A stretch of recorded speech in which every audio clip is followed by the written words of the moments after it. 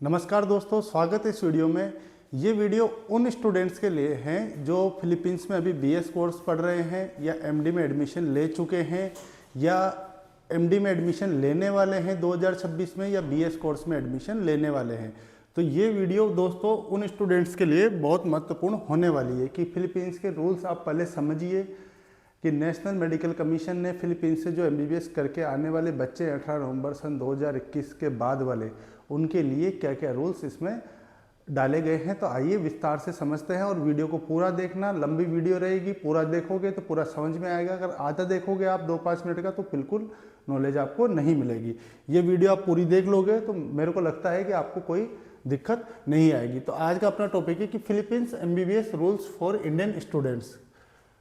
Philippines MBBS degree is valid in India, ये भी जानेंगे कि वैलिड होगी कि नहीं होगी आफ्टर एनएमसी गैजेट 18 नवंबर 2021। सबको ज्ञात होगा, कोई बताने की आवश्यकता नहीं है कि गैजेट कब आया था, क्या आया था, सबको सब मालूम है। फिर भी नहीं मालूम है तो मैं बता देता हूँ दोस्तों। ये एक गैजेट है, ठीक है, आप चाहो तो इसका स्क्रीनशॉट ले सकते हो। ये आया था 18 नवंबर सन 2021 को, ये यहाँ डेट लिखी हुई है 18 नवंबर 2021 को। इसके बाद से फिलीपींस का जो सिनेरियो एमबीबीएस का वो पूरा ही चेंज कर दिया नेशनल मेडिकल कमीशन इंडिया ने, ठीक है। तो इसमें क्या लिखा था कि क्या क्या शर्तें आपको पूरी करनी है यदि आप 18 नवंबर 2021 के बाद एडमिशन विदेश में लेते हो तो मेडिकल में, ठीक है, एमबीबीएस में। तो इसमें लिखा था कि undergone and course leading to foreign medical college degree with minimum duration of 54 month. एक तो आपकी डिग्री जो होनी चाहिए वो होनी चाहिए 54 मंथ्स की, इससे कम आपकी डिग्री नहीं होनी चाहिए, यानी 4.5 साल आप इसको बोल सकते हो आपकी पढ़ाई। Undergone an internship for a minimum duration of 12 month in the same foreign medical college institution, ठीक है। 1 ईयर का आपका इंटर्नशिप होना चाहिए सेम कॉलेज से। पूरी पढ़ाई के दौरान आप कॉलेज चेंज नहीं कर सकते हो, पहले तो कर सकते थे लेकिन अब नहीं कर सकते हो। 18 नवंबर 2021 के बाद एडमिशन लेने वाले बच्चे received a foreign medical degree with medium of instruction in English, ठीक है, इंग्लिश में आपके एमबीबीएस की पढ़ाई होनी चाहिए। Study the mandatory subject specified in the schedule 1। Schedule 1 में इसके सब्जेक्ट रखे हुए हैं कि क्या क्या सब्जेक्ट आपको वहाँ पढ़ने हैं। और इसमें जो मेन पॉइंट जो है मुद्दे की बात, registered with the respective professional regulatory body or otherwise competent to grant licence to practise medicine in their respective jurisdiction of the country in which the medical degree is awarded and at par with the license to practice medicine given to the citizen of that country। कि आप जिस देश से पढ़ाई करोगे MBBS की उस देश का भी आपको प्रैक्टिस लाइसेंस लाना है। वो कैसा लाना है कि वहाँ की जो नागरिक है ABCD कोई भी कंट्री मान लो, जैसे आप फिलीपींस में पढ़ रहे हो तो फिलीपींस का प्रैक्टिस लाइसेंस लाना है। और कैसा लाना है, जो वहाँ के लोकल सिटीजन को मिलता है उतने अधिकार वाला, ठीक है। उसके बाद सी पॉइंट है undergone supervise internship in India for a minimum term of 12 month after applying for the same to the commission has cleared the national exit test और सच अदर मैंडेट टेस्ट और test conducted by the commission. कि आपको India में register होने के लिए exam देना होगा, या तो एफएमजी होगा तो एफएमजी देना है, या नेक्स्ट होगा तो नेक्स्ट देना है। और उसके बाद आपको 1 साल की इंटर्नशिप भी करनी है और जो एग्ज़ाम होगा उसके रूल फॉलो करने। अब मैं नेक्स्ट का थोड़ा सा आपको एक लाइन में सार समझा देता हूँ। कहीं लोग अभी भी कन्फ्यूजन में हैं, एडमिशन कराने वाले एजेंट भी, और या तो उनको पता होगा वो नादान बन रहे हैं बच्चों के सामने, या फिर पेरेंट्स भी कन्फ्यूजन में और स्टूडेंट भी, कि नेक्स्ट लागू नहीं होता है। सपोज जैसे अभी पोस्टपोन हो गया, जैसे मीडिया में खबरें आ रही है, तो ये गैजेट के रूल लागू नहीं होंगे उस पर। वो ऐसा सोच के चल रहे कि एनएमसी का गैजेट आगे बढ़ गया और 2027 में देखते हैं कि पहला बैच पास आउट होगा, 6 साल बाद वाला देखते हैं लागू होता कि नहीं होगा। तो आपको लाइसेंस नहीं लाना, इंटर्नशिप नहीं करनी पड़ेगी, एमसीआई एक्ट 2002 के रूल लागू रहेंगे। नहीं, नेक्स्ट एग्जाम आए या ना आए ये रूल आपको फुलफिल करने हैं दोस्तों। किसी की बातों में नहीं आना है। मैंने बोल दिया करना है तो मतलब करना है, ठीक है, चाहे नेक्स्ट हो ना हो। क्योंकि यहाँ साफ लाइन में दे रखा है has clear national exit test और अथवा या फिर सच अदर मैंडेट टेस्ट और test conduct by the commission. मान लीजिए कल को नेक्स्ट का नाम बदल के कुछ और टेस्ट कर देते तो वो आपको देना पड़ेगा। उसके लिए ये सारे रूल्स चाहिए से पढ़े हो। एमबीबीएस और इंटर्नशिप के दौरान आपको कॉलेज चेंज नहीं करना है, एक ही कॉलेज से सारी डिग्री करनी है और उसके बाद इंडिया में आके 1 साल की इंटर्नशिप भी करनी है। कब करनी है? जब इंडिया का वो जो स्क्रीनिंग टेस्ट होगा आपका उसको पास करने के बाद। तो ये तो हो गया गजेट का मोटा मोटा। विस्तार में जानना है मैं डिस्क्रिप्शन में लिंक दे दूंगा, मेरी एक वीडियो प्रॉपर आधे घंटे की गजेट के ऊपर ही बनी हुई है, एक एक पॉइंट अपन ने उसमें समझा है। अब आ जाते हैं आगे कि फिलीपींस वालों के लिए एक थोड़ी सी खुशखबरी है, एक राहत भरी खबर है। जैसा कि दोस्तों आपको मालूम होगा कि गजेट जब आया था तो उन्होंने बोला था कि 18 नवंबर 2021 के बाद, एनएमसी ने बोला था 18 नवंबर 2021 के बाद जो भी एमडी में एडमिशन लेगा, क्योंकि फिलीपींस में एमबीबीएस डिग्री को एमडी बोलते हैं, एमडी में एडमिशन लेगा वो वैलिड नहीं रहेगा। उनका ये कहना था कि इससे पहले आपका एडमिशन होना चाहिए। लेकिन जब एनएमसी का ड्राफ्ट आया था, गजेट से पहले एक ड्राफ्ट बनता है, उसमें ये लिखा था कि बीएस वहाँ चलती है, तो जो बीएस में पहले ही एडमिशन ले चुके थे बच्चे ऑनलाइन या ऑफलाइन, फिर वो क्या करेंगे? उनकी थोड़ी ना गलती थी, क्योंकि वहाँ ब्रिज कोर्स होता है एमडी में एडमिशन लेने के लिए, तो वो बच्चे दिक्कत में आ गए थे। ठीक है, फिर एनएमसी ने एक नया रूल निकाला बीएस वाले कोर्स के लिए। उन्होंने बोला कि आप जो फिजिकली फिलीपींस में मौजूद थे बच्चे, वो वैलिड होंगे एमडी के लिए भी 18 नवंबर 2021 के बाद। उनको लाइसेंस लेने की कोई आवश्यकता नहीं पड़ेगी, उन पे एमसीए एक्ट 2002 लागू होगा, यानी पुराने वाले रूल। ओके, फिर उसके बाद अब ये नया चीज़ निकल के सामने आई है कि इन्होंने, एक सेकेंड, जैसे इसको पढ़ लेते हैं अपन कि ये रहा 7/12/2023, ठीक है। And in consideration of various representation received from the stakeholder with respect to point number 2 of the aforementioned public notice which state that students who are studying BS course or had taken admission in BS course and were physically studying in foreign medical institution at the time of publication of FMGL regulation 2021 date 18 November सन 2021 कि जो online physically Philippines में मौजूद थे gazette आने से पहले। The national medical commission NMC in its meeting dated 16/12/2025 जो अभी गत वर्ष हुई है, has deliberated on the issue and accordingly it is hereby clarified that students who had taken admission in the BS course or who were studying BS course in foreign medical institution either through या तो online mode और अथवा in physical mode, physical mode मतलब आप Philippines में उपस्थित हो, ठीक है, प्रेजेंट हो, या तो आप इंडिया से भी पढ़ रहे हो तो भी, prior to the publication of foreign medical graduate licence regulation 2021 FMGL 2021 dated 18 November 2021 shall be govern by the screening test regulation 2002। जो स्क्रीनिंग टेस्ट 2002 के रूल थे एमसीआई के टाइम के, वो उस पर लागू होंगे, यानी उनको वहाँ से लाइसेंस देने की आवश्यकता नहीं होगी यदि 18 नवंबर 2021 से पहले वो बीएस में एडमिशन ले चुके थे, चाहे वो ऑनलाइन हो पढ़ रहे हो या ऑफलाइन पढ़ रहे हो, ठीक है। However, such student shall have to undergo additional 1 year of internship in India, पर उनको 1 साल की इंटर्नशिप इंडिया में तो करनी होगी क्योंकि सभी करते थे, ठीक है। This is to ensure adequate clinical exposure to the Indian healthcare system alignment with the national treatment protocol। समझ गया आप बात को कि यदि आपने, ध्यान से सुन लो, यदि आपने 18 नवंबर सन 2021 से पहले बीएस में आप पढ़ाई कर रहे थे, चाहे आप ऑनलाइन पढ़ रहे हो चाहे ऑफलाइन पढ़ रहे हो, चाहे आप फिलीपींस गए नहीं हो, फिर भी आप पे नए रूल एनएमसी के लागू नहीं होंगे, आप सेफ हो, कोई टेंशन लेने की आवश्यकता नहीं है। लेकिन 18 नवंबर सन 2021 के बाद फिलीपींस में एडमिशन थोड़ा सा दिक्कत भरा हो गया है क्योंकि वहाँ पे लाइसेंस का थोड़ा सा मुद्दा फंस गया है। अब वो मुद्दा क्या फंस गया है उसको अपन जान लेते हैं कि फिलीपींस के लाइसेंस की क्या दिक्कत है कि इतना ये सारा ड्रामा चल रहा है। बाकी फिलीपींस की एजुकेशन बहुत अच्छी है क्योंकि वहाँ इंग्लिश बोलते हैं और इंडिया जैसा वेदर है और क्वालिटी अच्छी है एजुकेशन की, ठीक है। तो अगर अपन जैसे इनकी वेबसाइट पे जाते हैं, Republic of Philippines professional regulation commission, जैसे अपना एनएमसी होता है ना, इनका पीआरसी होता है, ठीक है। तो उसमें पीआरसी के फ्रीक्वेंटली आस्क्ड क्वेश्चन में अपन जाते हैं कि लाइसेंस एग्जामिनेशन, ठीक है, इसके बारे में कि फिलीपींस में अगर इंडियन आदमी लाइसेंस लेता है डॉक्टर बनने का, मतलब वहाँ पे प्रैक्टिस करने का, यानी कि जॉब करने का, तो उसके क्या प्रावधान है वो जान लेते हैं। ठीक है, तो ये तो हो गया what are the basic qualification of the examination. ठीक है, इसको तो हटाओ, ये तो क्वालिफिकेशन तो बात की बात है, पहले ये देख लेते हैं मिलता है कि नहीं मिलता। What are the basic document to be submitted application, ये भी अपने काम का नहीं है, भी मेन अपने काम का है। Are foreigner allowed to take the local professional licensure examination, कि फॉरेन स्टूडेंट अंतर्राष्ट्रीय छात्र वहाँ पे लाइसेंस ले सकते हैं कि नहीं ले सकते फिलीपींस में। तो जान लेते हैं कि ले सकते कि नहीं ले सकते, अभी पता लग जाएगा आपको।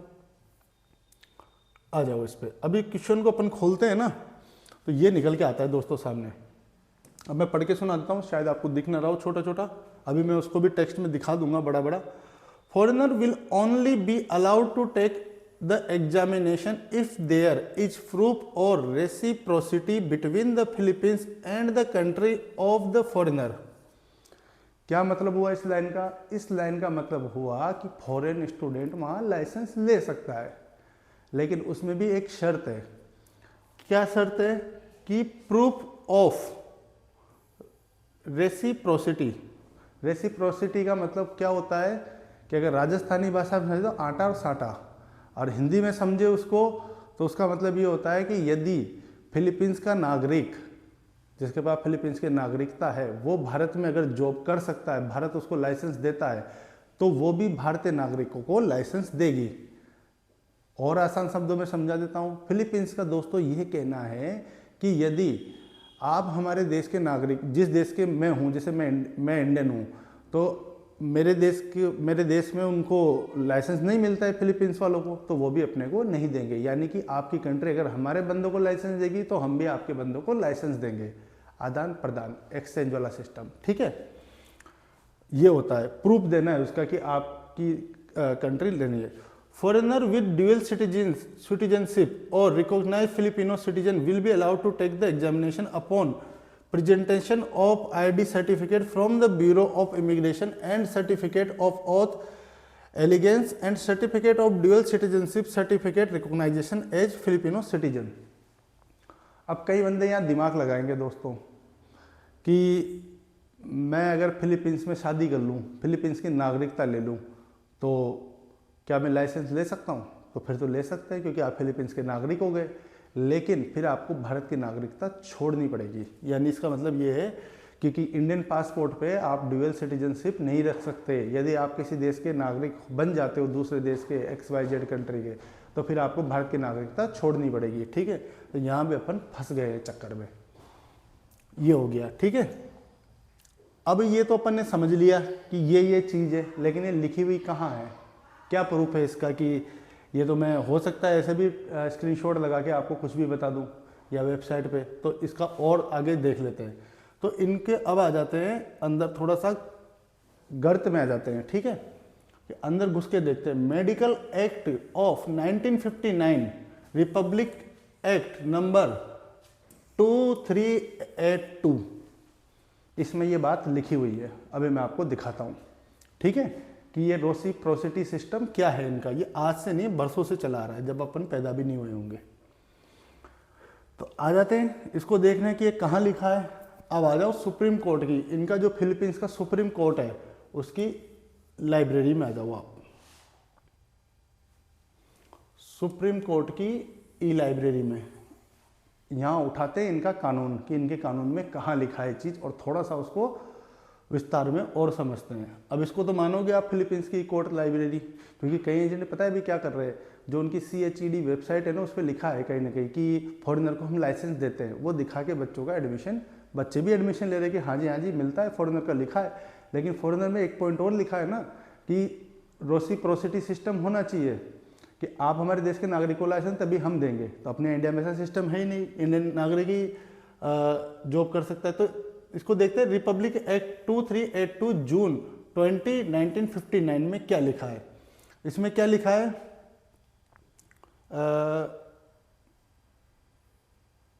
हाँ, सेक्शन 2 में जाओगे तो enforcement for the purpose of implementing the provision of this act there are created the following agencies: the board of medical education under the department of education and the board of medical examiner under the commissioner of civil services. ठीक है, अब थोड़ा सा विस्तार में समझते हैं, आगे आते हैं। ये आर्टिकल आपको, ये रेफरेंस मैंने लिया है फिलीपींस के सुप्रीम कोर्ट की ई लाइब्रेरी से, ठीक है। तो जिसका आर्टिकल 3 है, ये क्या कहता है, the board of medical examiners registration of physician, ठीक है, कि फिजिशियन का रजिस्ट्रेशन कैसे होगा। ये सेक्शन 8 पढ़ेंगे अपन। तो prerequisite to the practice of medicine, no person shall engage in the practice of the medicine in the Philippines unless he is at least 21 years of age. पहले तो 21 साल उसकी आयु होनी चाहिए, चाहे फिलीपींस का भी नागरिक हो, इससे कम उम्र का डॉक्टर नहीं बन सकता, वहाँ पे licence has satisfactorily passed the corresponding board examination and is a holder of a valid certificate of registration only issued to him by the board of medical examiners। उसके पास में डिप्लोमा होना चाहिए। ये भी अपने काम का टॉपिक नहीं है। अब आ जाते हैं अपने काम का टॉपिक जो है सेक्शन 9, ठीक है। Candidate for board examination, candidate for board examination shall have the following qualification. क्या क्या उसकी होनी चाहिए। He shall be a citizen of Philippines, वह फिलीपींस का नागरिक होना चाहिए। He shall be a citizen of Philippines or a citizen of any foreign country who has submitted competent and conclusive documentary evidence confirmed by the Department of Foreign Affairs showing that, समझना ध्यान को इस line को, कि showing that his country's exiting law permits citizen of the Philippines to practice medicine under the same rules and regulation governing citizen therefore, कि उनका देश भी हमारे देश के नागरिकों को लाइसेंस देना चाहिए, ठीक है। तो अपन देते ही नहीं है, तो यहां अपना चक्कर पड़ गया, ठीक है। ये चीज हो गई इसमें कि यही मुद्दा खत्म हो गया कि भारत के नागरिकों को, आज ये वीडियो में 26 जनवरी सन 2026 को बना रहा हूं, तो अभी तक तो यही रूल है कि यहाँ पे भारतीय नागरिकों को लाइसेंस नहीं मिलेगा। तो अभी थोड़े दिन के लिए फिलीपींस को आप अवॉइड कर सकते हो एडमिशन लेने के लिए। अभी कुछ खबरें सामने आ रही है दोस्तों कि फिलीपींस अपने रूल्स में थोड़ा सा चेंज कर रहा है। इंडियन स्टूडेंट वहाँ हैं कुछ जो बाद में भी एडमिशन ले लिए और उनको आगे भी रेवेन्यू कमाना है और अच्छी एजुकेशन भी वहाँ होती है।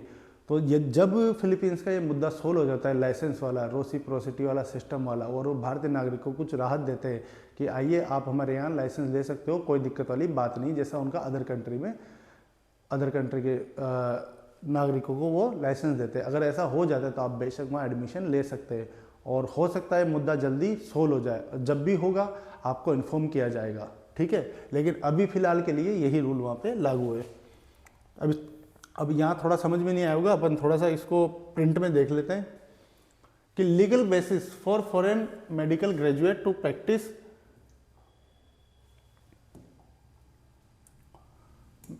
इन फिलीपींस, ठीक है। क्या शर्त है, a candidate for the physician licensure examination PLE must hold a Doctor of Medicine degree for its equivalent from a medical college recognized by the government। उसकी सबसे पहले गवर्नमेंट से रिकॉग्नाइज डिग्री होनी चाहिए।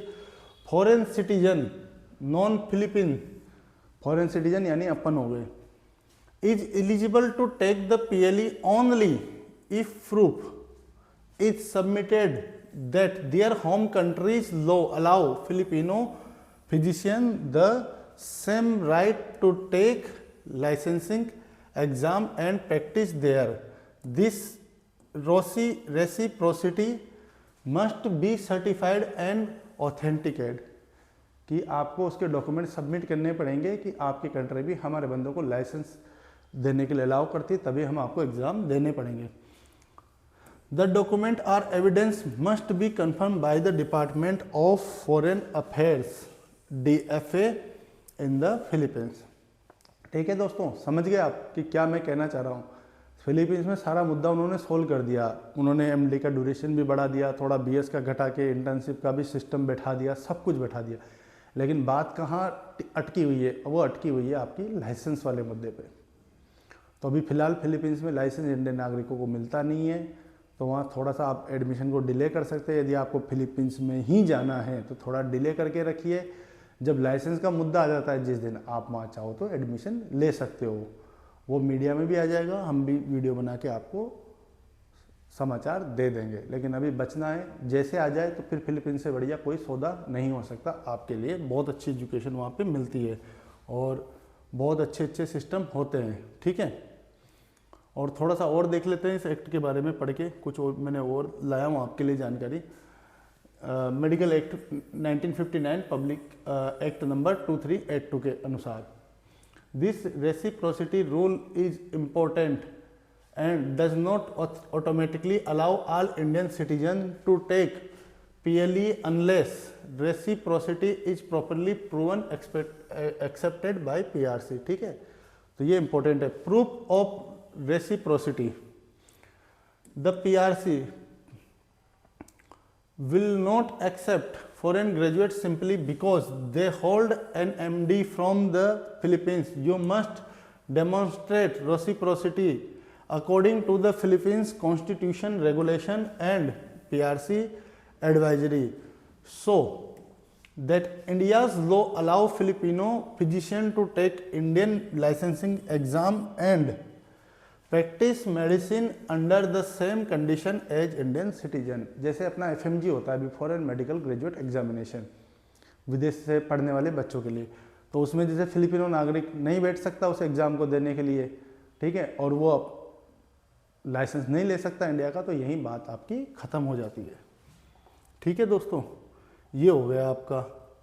अब अगर इसकी PDF किसी को चाहिए और कुछ डॉक्यूमेंट आपको चाहिए तो आप मेरे से व्हाट्सएप पे संपर्क कर सकते हैं दोस्तों, ठीक है। मैं व्हाट्सएप का नंबर लिख देता हूँ आपके लिए ताकि आपको दिक्कत नहीं आए। मैं सारी इसकी PDF और सुप्रीम कोर्ट की लाइब्रेरी है उसके सारे जो भी PDF है वो मैं आपको भेज दूंगा, लिंक भी सेट कर दूँगा। तो नंबर लिख सकते हो आप चाहो तो, ताकि आपको दिक्कत नहीं आए। 7877535751, ठीक है। इस पे आप व्हाट्सएप पे मेरे से संपर्क कर सकते हैं। आपको कोई भी परेशानी हो, घबराना नहीं है, आराम से रूल रेगुलेशन पढ़ो और तभी किसी भी देश में आप एडमिशन ले सको। यदि आपकी इच्छा है कि मैं तो फिलीपींस से ही पढ़ूंगा तो आपको वेट करना पड़ेगा। आप अपना फाइल रेडी रखें, जिस दिन रूल रेगुलेशन आ जाए दोस्तों आपके फेवर में और सारा कुछ क्लियर हो जाए तब आप आराम से एडमिशन ले सकते हो, ठीक है दोस्तों। तो मिलते हैं अगले वीडियो में, तब तक के लिए नमस्कार।